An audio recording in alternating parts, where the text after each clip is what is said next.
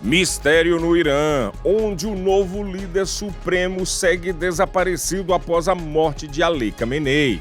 A tragédia na Venezuela com mais de 2.500 mortos após os terremotos. A polêmica envolvendo Donald Trump e a FIFA após a liberação do atacante dos Estados Unidos para as oitavas de final da Copa do Mundo. E ainda, Brasil diz adeus ao sonho do Hexa. Direto do MetLife Stadium, todos os bastidores desta eliminação, a reação dos jogadores e a decepção da torcida. O Brasil News começa agora.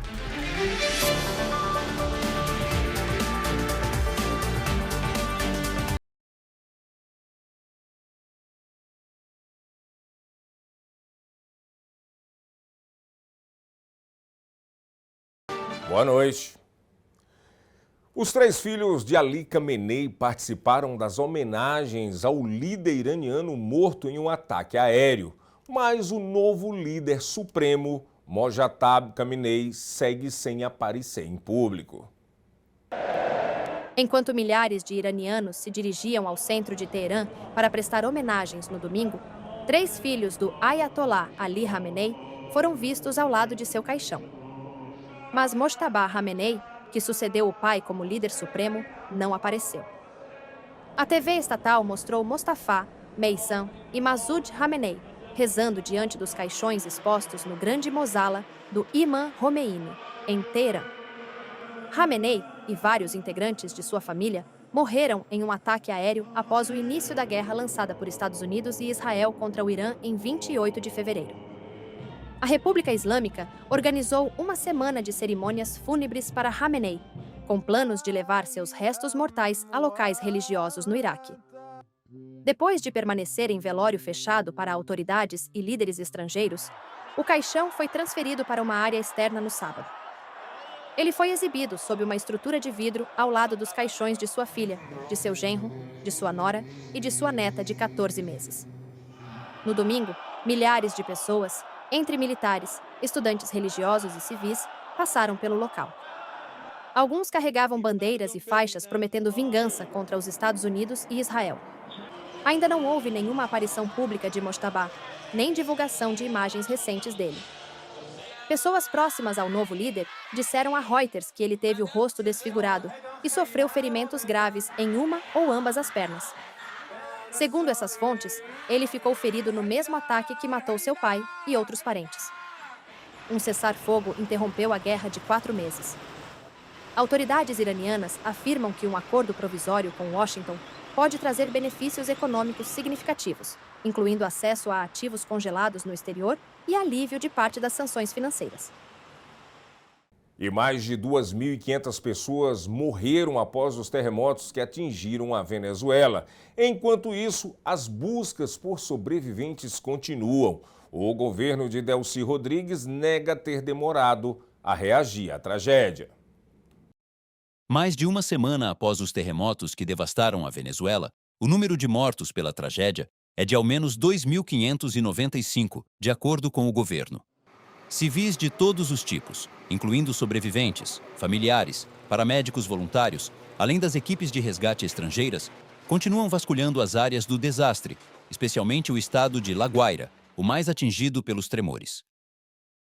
Muitos dos que escavam os escombros, juntamente com organizações internacionais de ajuda humanitária, têm afirmado que a resposta do governo foi lenta e ineficaz. Eles citam atrasos na entrega de alimentos e suprimentos médicos e uma contínua falta de maquinário pesado para remover os destroços. Em uma entrevista coletiva na quinta-feira, a presidente interina Delcy Rodrigues rejeitou essas críticas.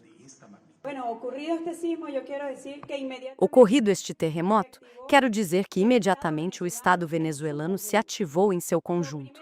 A primeira coisa que fizemos, poucas horas após o ocorrido, foi emitir um decreto com a criação do Estado-Maior para atender esta situação de emergência diante de um desastre natural, tal como está previsto nas leis da República. O Sistema de Proteção Civil e o Sistema de Emergência Pública foram imediatamente mobilizados. Rodrigues destacou também que um necrotério foi estabelecido em uma instalação especializada em La Guaira, e que, desde o início, ela deu a ordem para que ninguém fosse enterrado em uma vala comum. Apesar das declarações da presidente, muitos venezuelanos, como Paola Machado, continuavam a criticar a resposta do governo. Muita gente morreu esperando pelo resgate porque não havia ninguém para nos ajudar. De verdade, quando as equipes começaram a chegar, seja do México, do Peru, também dos Estados Unidos, e os cachorros também, muitos cachorros entraram aqui, aí tentaram fazer tudo o que fosse possível, o que não pôde ser feito nesses 4 dias que perdemos completamente. Toda a minha comunidade, a minha Praia Grande onde cresci, não existe mais. A Marinha do Brasil instalou um hospital de campanha para atender as vítimas dos 2 terremotos. A unidade está localizada em Macuto, uma cidade do estado de La Guaira, e conta com 41 profissionais de saúde. Inicialmente, a missão ocorrerá por 15 dias, podendo ser prorrogada caso seja necessário. Em Carabalheda, também em La Guaira, um restaurante McDonald's foi transformado em um hospital de campanha improvisado, atendendo desde pessoas feridas até animais de estimação. O sobrevivente Norberto Leon levou seu cãozinho Simba para ser tratado no local. Eles salvam vidas. Todos viram eles por aí salvando vidas. Eles são treinados para salvar vidas. Como não vamos salvar eles? Temos que fazer tudo o possível. Onde tivermos que levá-los, vamos levar. Ele é importante, é parte da família. Hernan Alberto Gil, o segurança resgatado na quinta-feira após ficar preso por uma semana nos escombros do shopping onde trabalhava, foi levado para o hospital. Segundo os médicos, seu estado de saúde é bom e ele ter sobrevivido foi realmente um milagre. Na sexta, ele recebeu a visita de Delcy Rodrigues e conversou com a presidente interina. Confira agora um giro de notícias pelos Estados Unidos.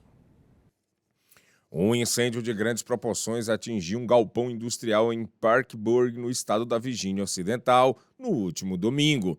Imagens de drone mostram uma enorme coluna de fumaça preta cobrindo o céu da região. Diante da gravidade da situação, o governador Patrick Morrisey decretou estado de emergência no condado de Wood para reforçar o trabalho das equipes de combate ao fogo e monitorar possíveis impactos ambientais. As causas do incêndio ainda estão sendo investigadas pelas autoridades. A comemoração dos 250 anos de independência dos Estados Unidos foi marcada por um susto em Washington, D.C.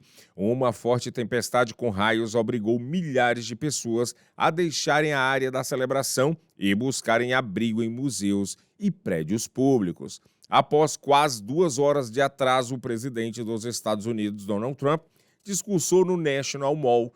A tradicional queima de fogos também foi realizada sobre um céu iluminado pelos relâmpagos. Um piloto da Força Aérea dos Estados Unidos revelou imagens impressionantes direto da cabine de um caça F-22 durante um sobrevoo em Washington, na véspera das comemorações dos 250 anos da independência americana. A apresentação fez parte da programação especial do feriado de 4 de julho, que incluiu desfiles aéreos, um discurso de Trump e o tradicional show de fogos na capital dos Estados Unidos. New York foi palco de um espetáculo histórico no último fim de semana. Mais de 70 embarcações de 55 países desfilaram pelo porto da cidade em comemoração aos 250 anos da independência dos Estados Unidos.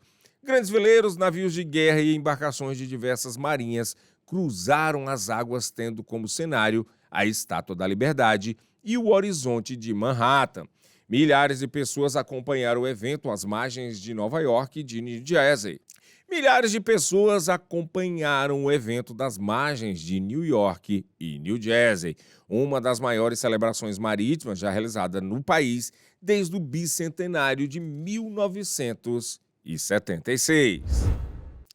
Diversos moradores do bairro do Iron Bond, em Newark, em New Jersey, denunciam que estão sem energia elétrica desde a noite de sexta-feira, dia 3 de julho.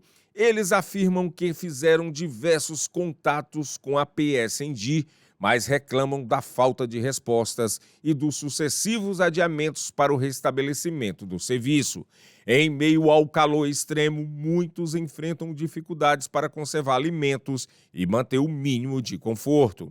O vereador do bairro Leste, Mike Silva, informou que entrou em contato com a concessionária e recebeu a garantia de que a energia será totalmente restabelecida até às 7 horas da noite desta terça-feira, 7 de julho.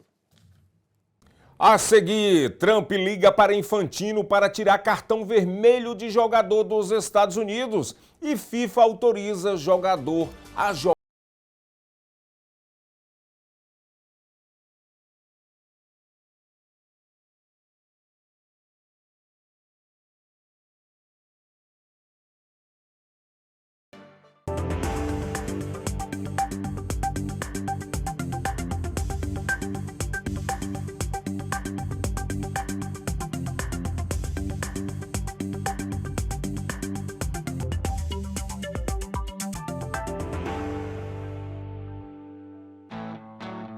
Você merece o melhor na sua mesa. Conheça a Cortes Famous. Carnes e embutidos premium feitos com qualidade, tradição e um sabor que faz toda a diferença. De linguiças artesanais a chorizos defumados, cada produto é preparado com cuidado para transformar seu churrasco, seu almoço ou qualquer momento especial em uma experiência inesquecível.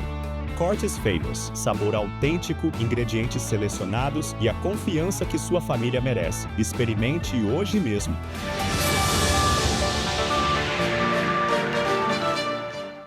Os raios que atingiram a Flórida nos últimos dias deixaram feridos e provocaram incêndios. A repórter Lorena Gomes tem as informações.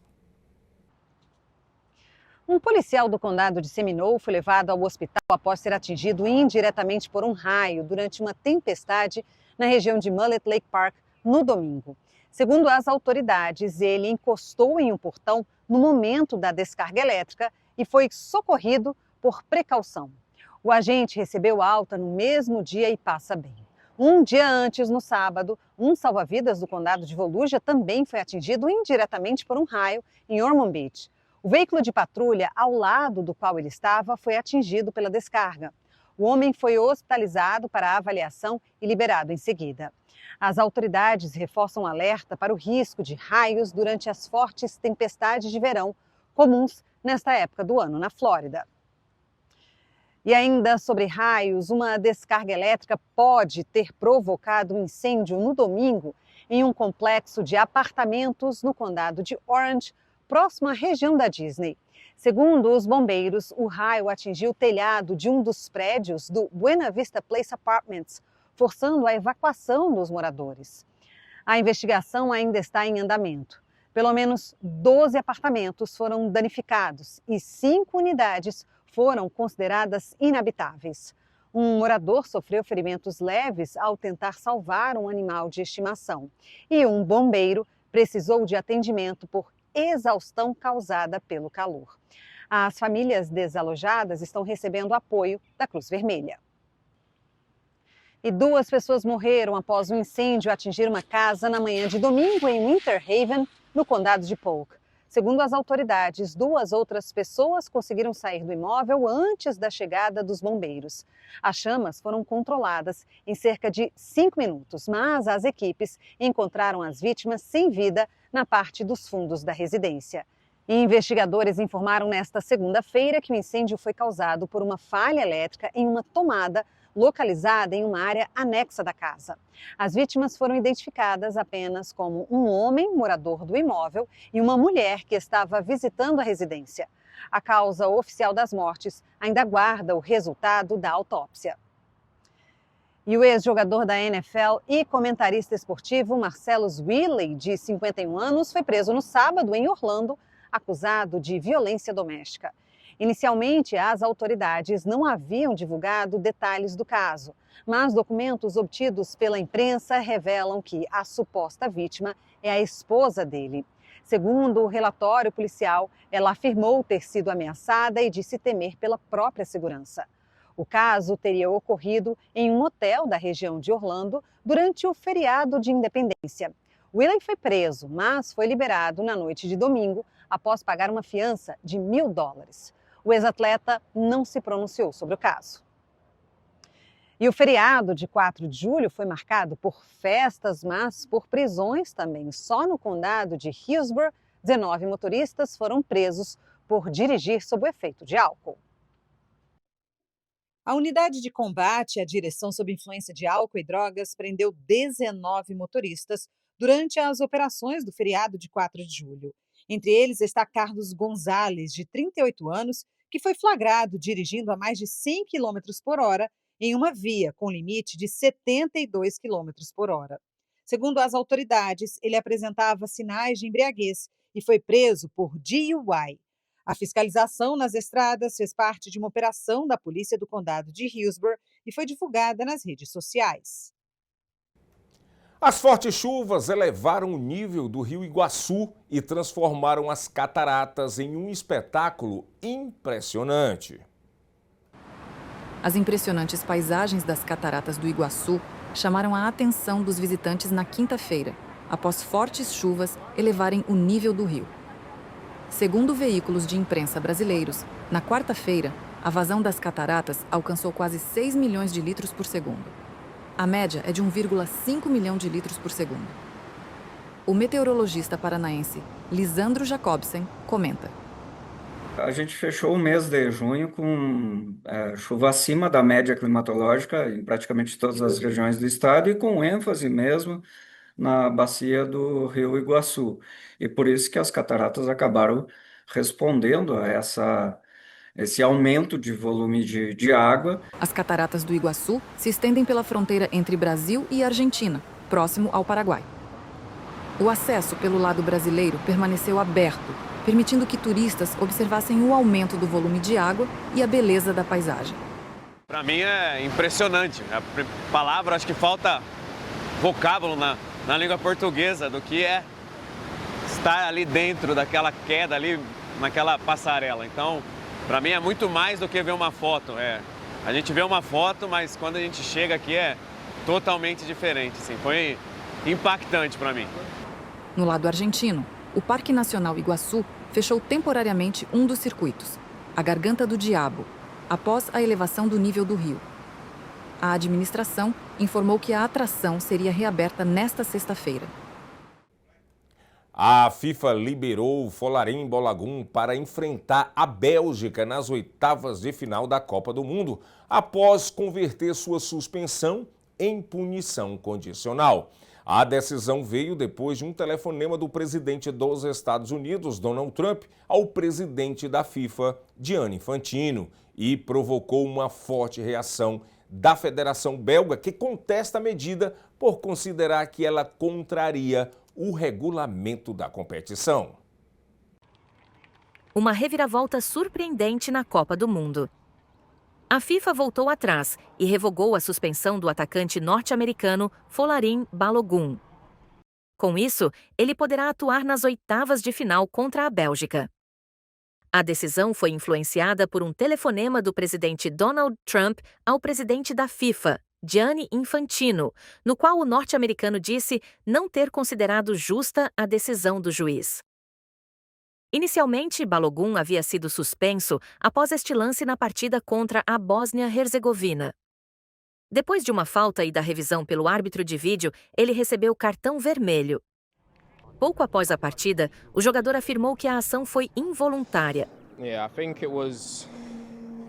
Para mim, é importante dizer, antes de tudo, que foi absolutamente sem intenção, algo que muitas pessoas certamente sabem. A decisão do árbitro foi dele, naturalmente, mas eu não acredito que tenha sido a correta. Então veio a decisão inesperada. Trump agradeceu à FIFA em sua plataforma Truth Social por ter, segundo ele, feito a coisa certa e corrigido uma grande injustiça. A entidade anulou a suspensão e a converteu em uma punição condicional de 1 ano. A Federação Belga de Futebol cobra explicações e busca meios de contestar a decisão. Em comunicado, lembrou que as regras da FIFA determinam que um cartão vermelho gera automaticamente suspensão para a partida seguinte. Segundo a federação, a decisão contradiz diretamente os regulamentos do torneio. No próximo bloco, o Brasil é eliminado da Copa do Mundo de 2026 após perder por 2-1 para a Noruega. Neymar deixa o estádio sem falar com a imprensa, enquanto Vini Júnior quebra o silêncio e pede.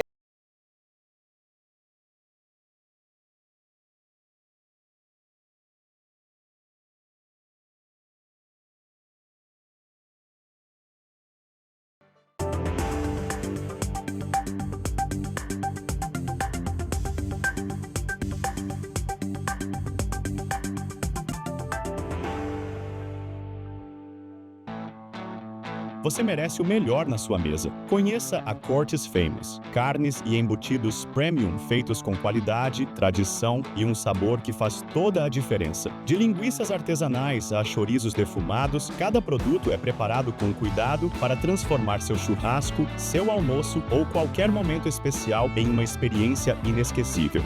Cortes Famous, sabor autêntico, ingredientes selecionados e a confiança que sua família merece. Experimente hoje mesmo. Quando o assunto é importação e distribuição de alimentos, a escolha certa tem nome: Triunfo Foods. Uma empresa forte, estruturada e preparada para atender supermercados e restaurantes, com agilidade, variedade e qualidade garantida. Portfólio completo, logística eficiente e centros de distribuição estratégicos que fazem o produto chegar rápido, no prazo e com padrão elevado. Triunfo Foods. Força no mercado, confiança na entrega e crescimento para o seu negócio. A seleção brasileira foi eliminada na Copa do Mundo de 2026 após perder por 2-1 para a Noruega nas oitavas de final. O confronto aconteceu no último domingo, dia 5 de julho de 2026, no MetLife Stadium, New York, New Jersey. Antes de a bola rolar, o clima já era de festa e confiança. Teve até o sósia do Vini Júnior, que deu um palpite do placar. E aí, a expectativa para o jogo de hoje, como é que tá? A melhor possível, 2-0 Brasil, Hendrick e Vini Júnior. Você concorda com ele? Eu concordo, a seleção do Brasil é mais qualificada do que a da Noruega e partiu, vamos! Você falou um partiu aí, eu senti que é da minha região. Você é nordestino? Sou nordestino, sou de Alagoas. E eu sou do Ceará, senti aí o Z bem forte, então tô com energia boa aqui, que tô encontrando bastante nordestino torcedor hoje aqui. Vamos, minha cidade, Jacaré dos Homens, um abraço. Maravilha. Vamos. Chegou brasileiro aqui com o coração dividido. Conta pra gente como é essa história, metade brasileiro e metade norueguês. Isso mesmo, minha mãe é do Rio de Janeiro, nasceu lá, é brasileira, né, criada lá. O meu pai é norueguês, nasceu em Oslo, na Noruega. Então eu sou metade, vivemos em Houston, Texas, aqui nos Estados Unidos mesmo. E eles conheceram no Rio de Janeiro. E como é que fica o coração dividido, metade? Quem ganhar pra você, tá bom, é isso? Mais ou menos isso. Assim, se a Noruega ganhar, seria a primeira vez na história deles alcançarem esse nível numa Copa do Mundo. E se o Brasil perder, claro que todo mundo vai estar arrasado. Mas o coração é brasileiro, eu torço pelo Brasil desde pequeno. Não vou mudar agora, não. O seu filho tá com o coração dividido, mas você já escolheu a Noruega. Eu não tenho coração dividido, ninguém. Eu sou Noruega. Vai remar hoje aí? Sim. Vai puxar o remo dos Vikings? Eu remarei também, mas... Eu vou... Remo. Eu vou falar remo. Não vou falar ru. Boa sorte e bom jogo pra vocês. Bom jogo, obrigado. Valeu. A gente passa hoje pelos Vikings? Passa fácil. Brasil campeão. Tem algum segredo aí para que você emane energias e com certeza a seleção receba a sua energia positiva? O segredo é torcer bastante. Torcer com fé que vai dar certo. Como é que tá aí a expectativa pro jogo? A expectativa é muito grande, boa. Acho que a gente sofreu muito contra o Japão, então esse jogo tende a ser mais tranquilo. Acho que dificilmente nós vamos sofrer 2 jogos seguidos. Vamos ganhar aí de uns 2-0 tranquilo e passar para a próxima fase. Estou com meus amigos, sou de Campinas, torcedor do Guarani, mas estou com meus amigos aqui, torcedor da Portuguesa também, representando aí a...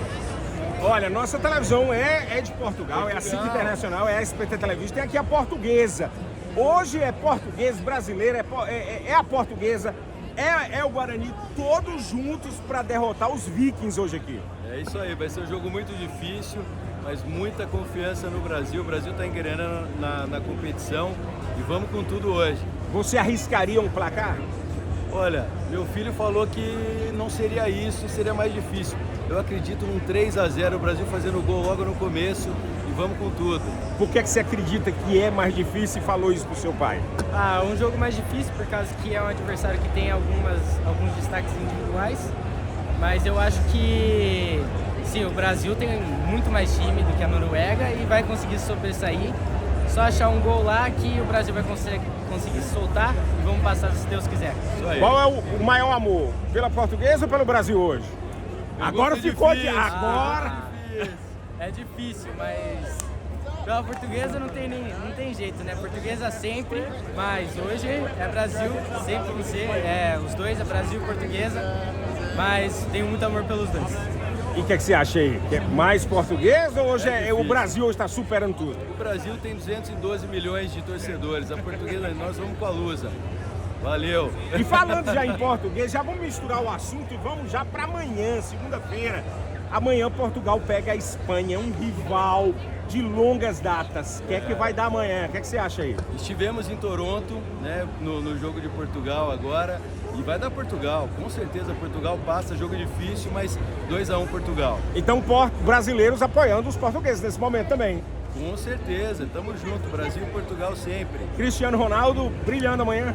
É um ídolo, né? Vai brilhar, vai se destacar se Deus quiser. E acho que a Espanha não vai conseguir bater de frente com Portugal mesmo. Portugal vai começar a crescer agora na competição. E se Deus quiser vai dar Brasil e Portugal na final, mas na final é Brasil, né? Olha, o Vini Júnior, antes de ir lá pra dentro se concentrar, ficar lá se concentrando, passou aqui para dar um abraço na torcida. Não, mas não é bem assim não. Não é o verdadeiro, mas é o mesmo que tá vendo. Vini Júnior, o cover, como é que você trata? Isso é uma homenagem, como é que você trata? Sósia. E aí, Vini, como é que você vê esse jogo hoje? Tem um que tá lá dentro e vai jogar, você vai estar na arquibancada. Como é que o Vini Júnior da arquibancada vê como é que vai ser esse jogo lá dentro? Cara, eu acho que não vai ser um bicho de 7 cabeças hoje não. Acredito que vai ser uma partida mais fácil do que contra o Japão. E é só o Brasil encaixar que hoje eu acho que vai ser 3-1 Brasil. Se o Sósia fala isso, nós vamos acreditar, porque já tem toda a pinta, tem toda aí a figura. O Sósia tá às vezes mais parecido que o verdadeiro, já falaram isso? Já, bastante. Inclusive quando tá dentro do estádio as pessoas falam, entra lá também. Se com um Vini Júnior tá bom, imagina com 2. Aí fica bom. Você, sei lá, arriscava um placar hoje aqui? Eu acho que 3-1 hoje, 3-1. Eu arrisquei esse placar antes do jogo, eu também tô achando que vai ser isso. Parabéns, Vini. Como é seu nome? Quer dar o arroba aí? As pessoas te seguir no Instagram, pode ficar à vontade. Wagner, @sósia do Vini Júnior em todas as redes sociais. Tamo junto. E após a derrota, o clima entre os torcedores brasileiros foi de profunda decepção. O sonho do hexacampeonato ficou pelo caminho e a esperança agora se volta para a Copa do Mundo de 2030. Mesmo abatidos, muitos mantêm a confiança de que a seleção vai se reconstruir e voltar ainda mais forte. A festa terminou mais cedo, mas a paixão pelo Brasil continua viva e eu estive lá e conferi tudo. Brasil eliminado pela Noruega no domingo, dia 5 de julho. A torcida compareceu, mas não conseguimos passar pela Noruega. A rimada Viking continua a braços largos para tentar chegar a uma final de Copa do Mundo.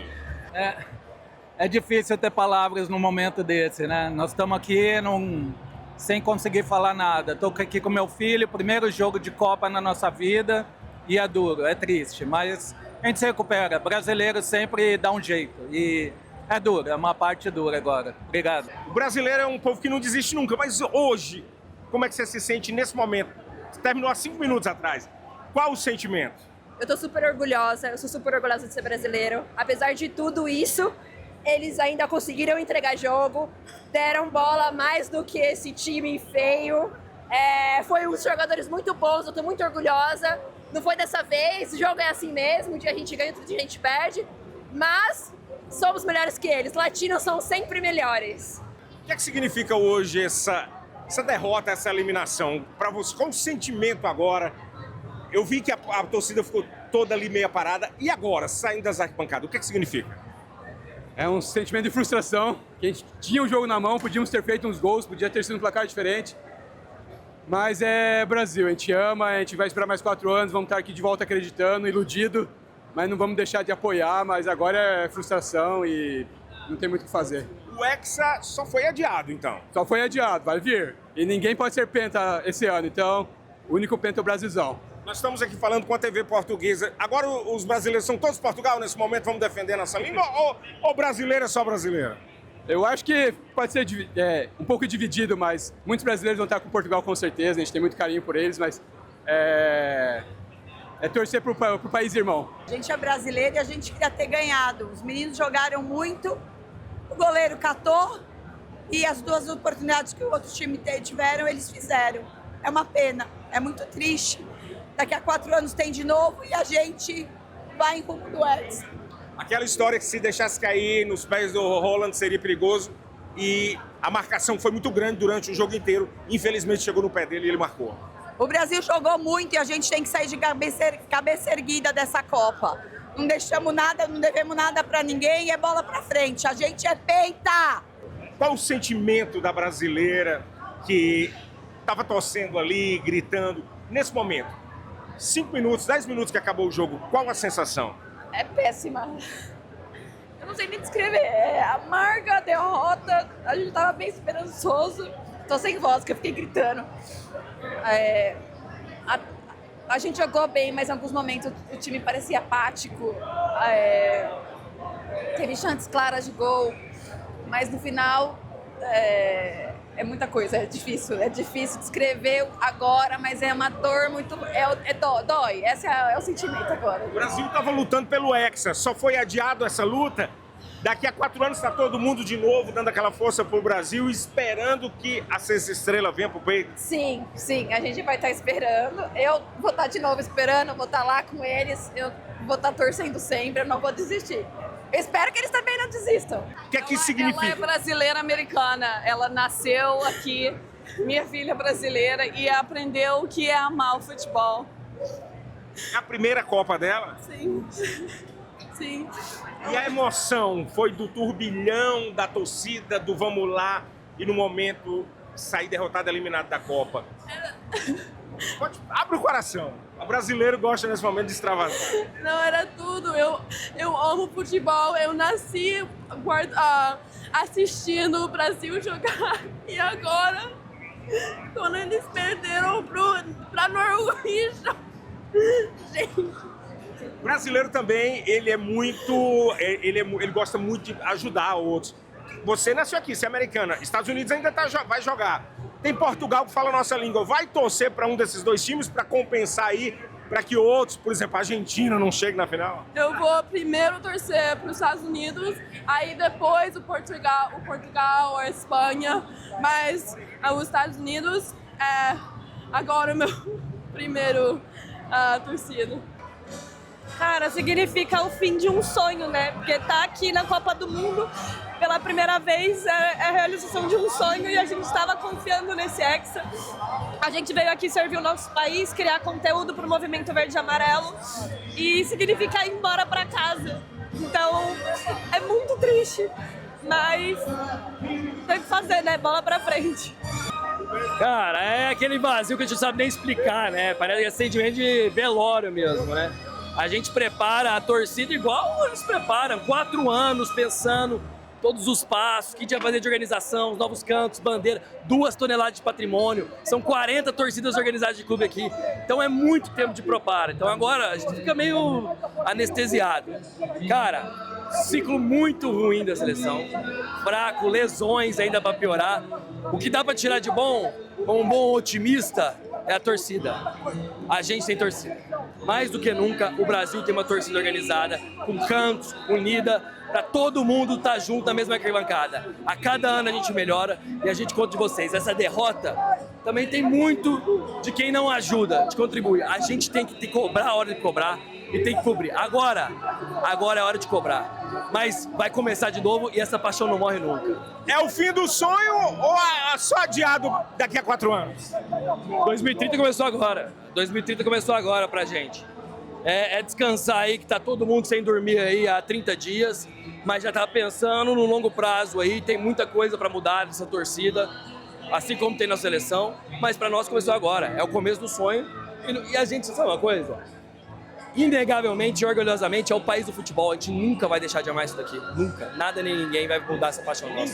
Ninguém ter 5 igual nós, isso ajuda a dar um pouco de conforto nesse momento triste. Assim, legal, né? A gente é o maior. E mais do que isso, é a camisa. A camisa é muito pesada. A gente tá aqui numa Copa do Mundo dos Estados Unidos que nem dá tanta bola para futebol e a gente passa com a amarelinha. É um respeito e aplausos, porque essa camisa mudou como o mundo vê o futebol. A gente tem que se orgulhar disso. Os sentimentos estão um pouco tristes, mas eu espero para Neymar a próxima vez. Vamos mais ir. É sempre viver, né? Com a esperança, vamos ir.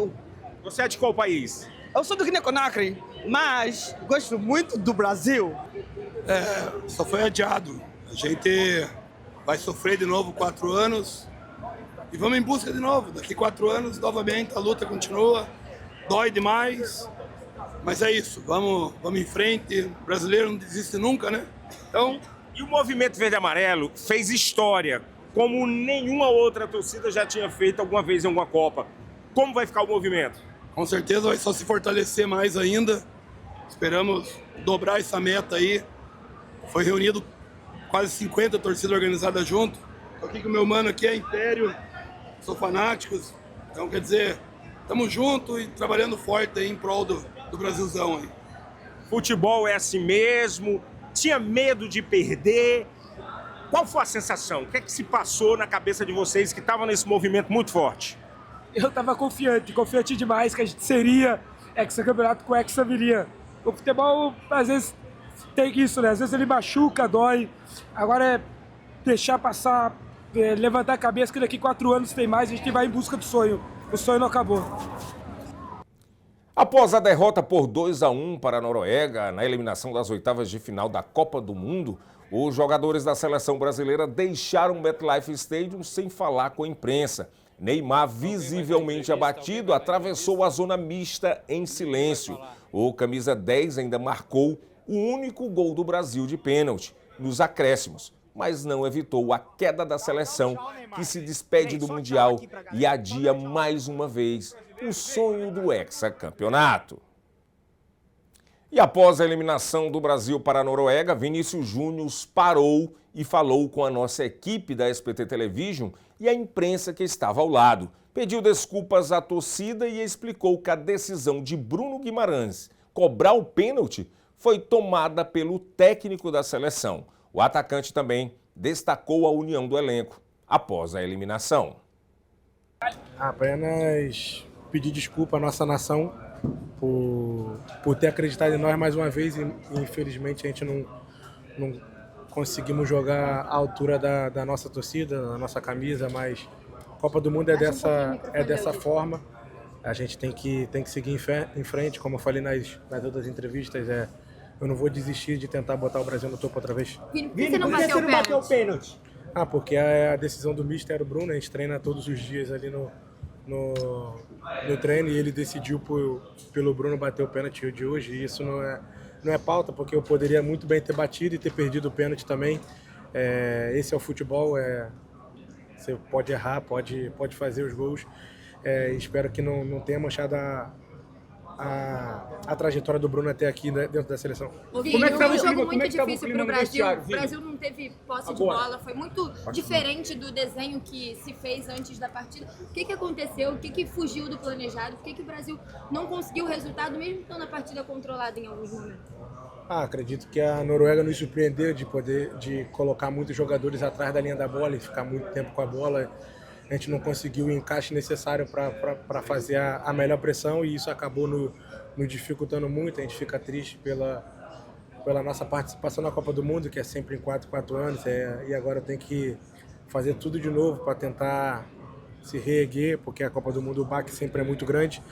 mas a gente tem que estar preparado e, como eu falei, eu vou trabalhar e fazer por merecer para estar aqui de volta. Tem um espanhol complicado. O Ancelotti assumiu a responsabilidade por ter escolhido o Bruno na hora de bater? Não, o Mister nunca fugiu da responsabilidade, como o Bruno também não e eu também. Acredito que o Bruno era o melhor batedor para fazer essa cobrança. Ele treinou muito bem nos dias a dias e muitos vão falar que eu não quis bater, mas eu nunca fugi da responsabilidade. Bato os pênaltis no Real quando é necessário e na seleção também quando é necessário. Nunca vou fugir, mas não era sobre a artilharia, não era sobre ser o melhor da competição, era sobre quem estava melhor para fazer isso no melhor momento. Infelizmente, o Bruno perdeu e, como eu falei antes, espero que não manche a carreira dele na seleção e que a gente possa dar muita força para ele. Outro que parou e falou com a imprensa foi Matheus Cunha, que falou com a gente também na zona mista e resumiu o sentimento da seleção. Abre aspas, não tenho cabeça para falar de tática, fecha aspas. A declaração dele revela o peso da eliminação e a frustração dos jogadores após o fim da campanha brasileira. Como brasileiro, é uma frustração muito grande, é uma dor muito grande, porque é difícil emocionalmente imaginar o quanto seria bonita e orgulhosa a festa lá. Então, acho que do fundo do coração, acho que isso que é o que mais dói, saber que a gente iria fazer tudo e infelizmente perder o sonho dessa forma. Eu acho que é a maior dor que nós sentimos. Cunha, como é que foi o papo com vocês ali, com o Bruno Guimarães, depois do pênalti perdido ali e no vestiário também? Muito triste, né? Muito frustrado. É normal, o Bruno é um jogador incrível e a gente sabe que pode acontecer o que aconteceu e num momento como esse é doído. A gente sabe que vai se sentir até culpado e isso é o que mais dói, sabe? Saber que todos nós passamos por esses momentos e às vezes a gente vai ter resposta para o momento de agora, mas que a gente esteja forte, unido, porque já passamos de um momento tão difícil quanto. Acho que isso é o mais difícil da minha carreira disparado. Mas encontrar força, nós todos juntos, porque eu acho que é o que resta pro dia e para a construção da nossa carreira. Cunha, você acha que o Brasil respeitou demais a Noruega? Acho que era o nosso plano de jogo, a gente sabia do nosso poderio ofensivo quando a gente roubasse a bola e eu acho que a gente até criou muito, tivemos oportunidades, assim como nós tínhamos trabalhado durante a semana e é difícil, né? Não convertemos o quanto que a gente criou e, bom, isso é o que mais dói, acreditar que a todo momento o jogo esteve muito próximo das nossas mãos e infelizmente escapou da forma que foi. Ok.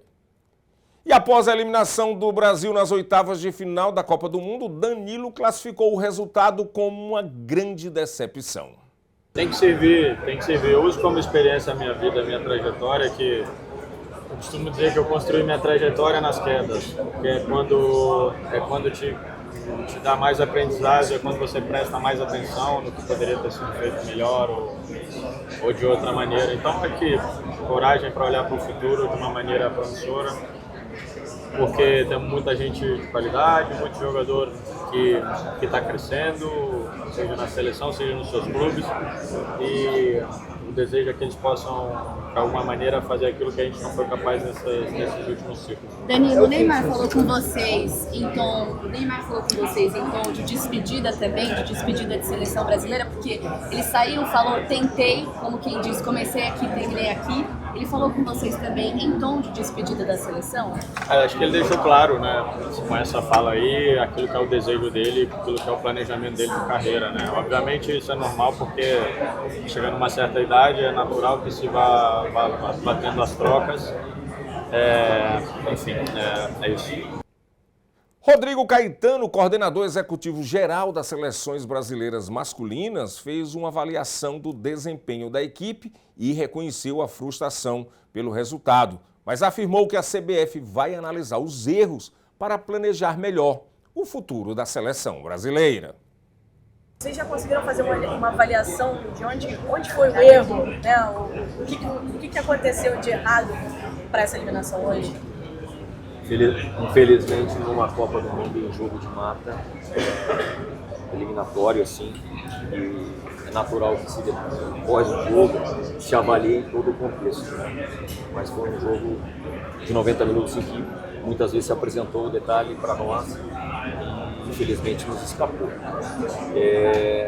Mas o futebol ele sempre vai ser resultado e cabe a nós aqui analisar aquilo que foi de fato. Perdemos, fomos eliminados, estamos todos aqui muito tristes, frustrados, o que nos gera alguma expectativa e esperança para o próximo ciclo é justamente já a certeza de uma continuidade que nos possibilita fazer os ajustes para que cheguemos mais fortes na próxima Copa. Natural, teria aqui inúmeras situações que eu poderia elencar para você aqui, número de atletas lesionados, a seleção brasileira, jogadores importantes, mas logo após aqui é muito difícil. O que eu volto a te dizer, espero realmente que tenhamos não uma tranquilidade total, porque isso na seleção jamais, ainda mais vindo de uma eliminação, mas que a gente tenha um ciclo mais dentro da normalidade para que cheguemos mais forte na próxima. Mesmo eliminado pela Inglaterra por 3-2 nas oitavas de final da Copa do Mundo, o México deixou o gramado de cabeça erguida. Milhares de torcedores celebraram a entrega da seleção e, após o apito final, mexicanos e ingleses deram um exemplo de respeito e confraternização. Apesar da eliminação nas oitavas de final da Copa do Mundo, em uma derrota por 3-2 para a Inglaterra, os milhares de torcedores mexicanos que lotaram as áreas de exibição pública no domingo na Cidade do México demonstraram um orgulho imenso por sua seleção. A atmosfera durante a partida foi tensa e eletrizante, com os torcedores cantando, agitando bandeiras e lançando espuma para todos os lados. Após o jogo, muitos refletiram tanto sobre a dor da derrota quanto sobre a determinação demonstrada pela equipe mexicana. É uma sensação de, não sei, são sentimentos misturados. Impotência, exatamente. E bom, não podemos fazer nada. Foi assim que aconteceu e vai ficar para a próxima Copa. Outros elogiaram o esforço da equipe diante de um time inglês que consideravam superior. Bom, estou triste porque vim apoiar a minha seleção, mas não foi possível fazer mais. Sei que enfrentamos jogadores muito superiores a nós e, bom, a verdade é que é triste.